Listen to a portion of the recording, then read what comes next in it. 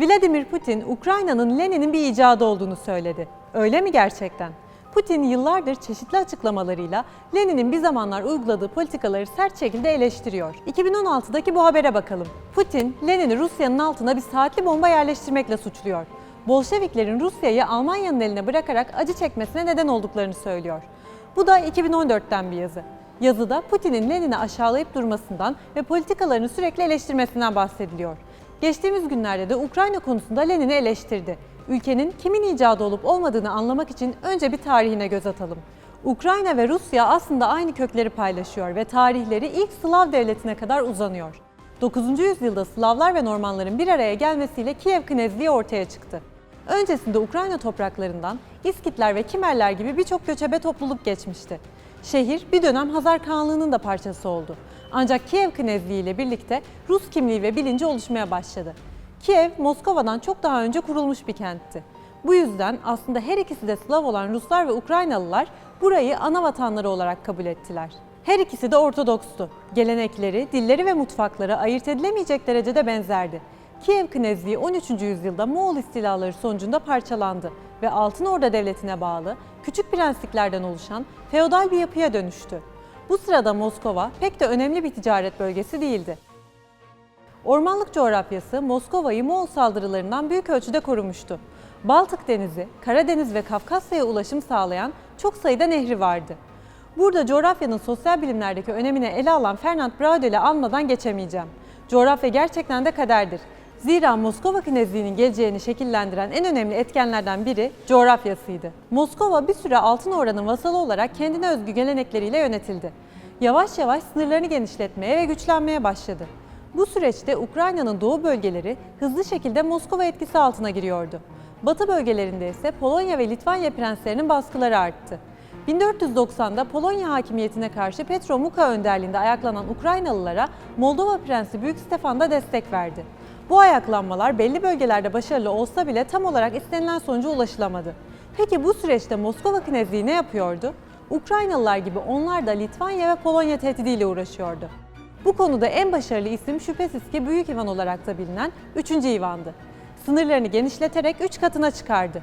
İlerleyen yıllarda Moskova Knezliği'nin Rus Çarlığı'na dönüşmesinde en çok etki edecek olan prens oydu. İstanbul'un fethi ve son Bizans İmparatorluğu'nun ölümüyle Moskova'nın Ortodoks dünyasının lideri ve yeni Roma olduğuna dair fikirler oluşmaya başladı. Artık Moskova, Kiev'i küçük kardeş olarak görüyordu. Ukraynalıların milliyetçi düşünceleri ve kendilerine has kimlikleri Moskovalıları zaman zaman kızdırıyordu. 15. yüzyılda bölgenin hakimi Altın Orda Devleti yıkıldı ve ardından Kırım Hanlığı ortaya çıktı. 1774'e kadar Kırım Hanlığı Osmanlı'nın vasalı olarak Ukrayna'da hakim oldu. Kırım 1783'te Çarlık Rusyası tarafından ilhak edildi. Ukrayna'nın büyük bir bölümü de Çariçe II. Katerina döneminde Rusya tarafından ele geçirildi.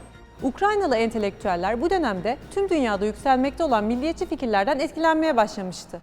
Ancak Rusya olası başkaldırı ve kopuşu engellemek için Ukrayna'yı daha da baskı altına aldı. Ukrayna kültürüne yönelik sert bir asimilasyon politikası uygulandı. Öyle ki Ukraynalı bilim insanlarının çalışmalarında kendi dillerini kullanmaları dahi yasaklandı. Böylece Deli Petro ile başlayıp II. Katerina ile arşa çıkan ve sonraki yıllarda da devam eden Ruslaştırma süreci ortaya çıktı. Monarşinin artık etkisini kaybetmeye başladığı yeni düzende Çarlık Rusyası da 1917'de miladını doldurdu. Bolşevik ihtilali sonucunda Lenin Rusya'da kontrolü ele aldı. Peki bundan sonra Ukrayna'nın kaderi ne olacaktı? Vladimir Lenin, milliyetçilik mücadelesi ve komünizm arasındaki önemli bağın farkındaydı. Bunu komünist propagandaya bir araç olarak kullanacaktı. Ukrayna Bolşevik Partisi altında Ukraynalılardan oluşan bir çoğunluk ülkede hakim hale gelmeye başladı. Kiev'deki Ukraynalı nüfusu %27'den %42'ye çıktı. Çarlık döneminde yasaklanan Ukrayna dili daha serbest bir hale geldi. Bolşevikler Rusçanın baskın dil olmasını kapitalizmin bir ürünü olarak anlattılar. Lenin, her şeyden önce Rus milliyetçiliğine karşı savaşacağız dedi ve akılsız Rus şövenizmi terimini ortaya attı. Ezilen halkların yanında olacaklarını iddia ediyordu. Ama her şey menfaatler uğrunaydı. Lenin, bu milletler komünist fikri kabul ettikleri sürece onların yanında olmayı kabul ediyordu. Yani amaç ezilenin yanında olmak ve kültürlerini yaşatmalarını sağlamak falan değildi.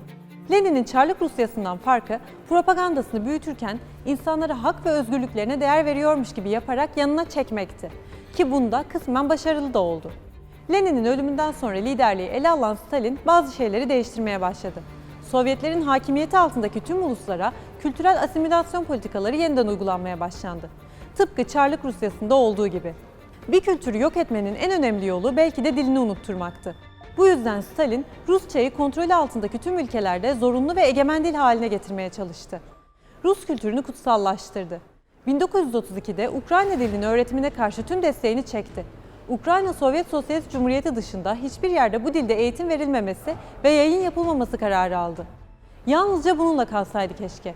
Verdiği emirle belli bölgelere gıda girişini yasakladı ve Ukrayna Kırımı olarak da bilinen korkunç kıtlığın yaşanmasına, binlerce masum insanın ölmesine yol açtı.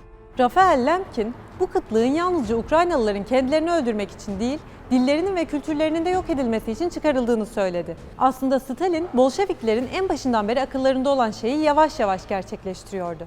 Az önce bahsettiğim gibi Lenin'in derdi de azınlıkları savunmaktan ziyade ihtiyacı olduğu süre boyunca onları yanında tutmaktı.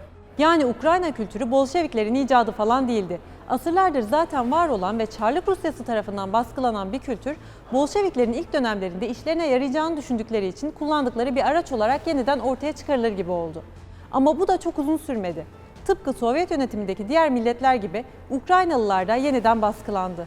Tüm bunları göz önüne alınca Putin'in Lenin'i neden sevmediğini ve Stalin tarzı bir Ruslaştırma hayaliyle yaşadığını anlamak daha kolay oluyor değil mi? Bir yanda Alman ekolüyle yetişen ve komünist propagandası için azınlıkları kullanan ama bunu yaparken mecburen Ukraynalılara kaybettikleri haklarının bir kısmını vermiş gibi yapan Lenin, diğer yanda Rus kültürünü kutsallaştırıp tüm azınlıkları yok etmek için çalışan Stalin. Yorum sizin.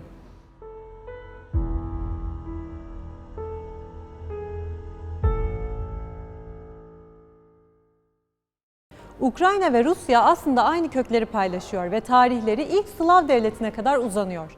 9. yüzyılda Slavlar ve Normanların bir araya gelmesiyle Kiev Knezliği ortaya çıktı.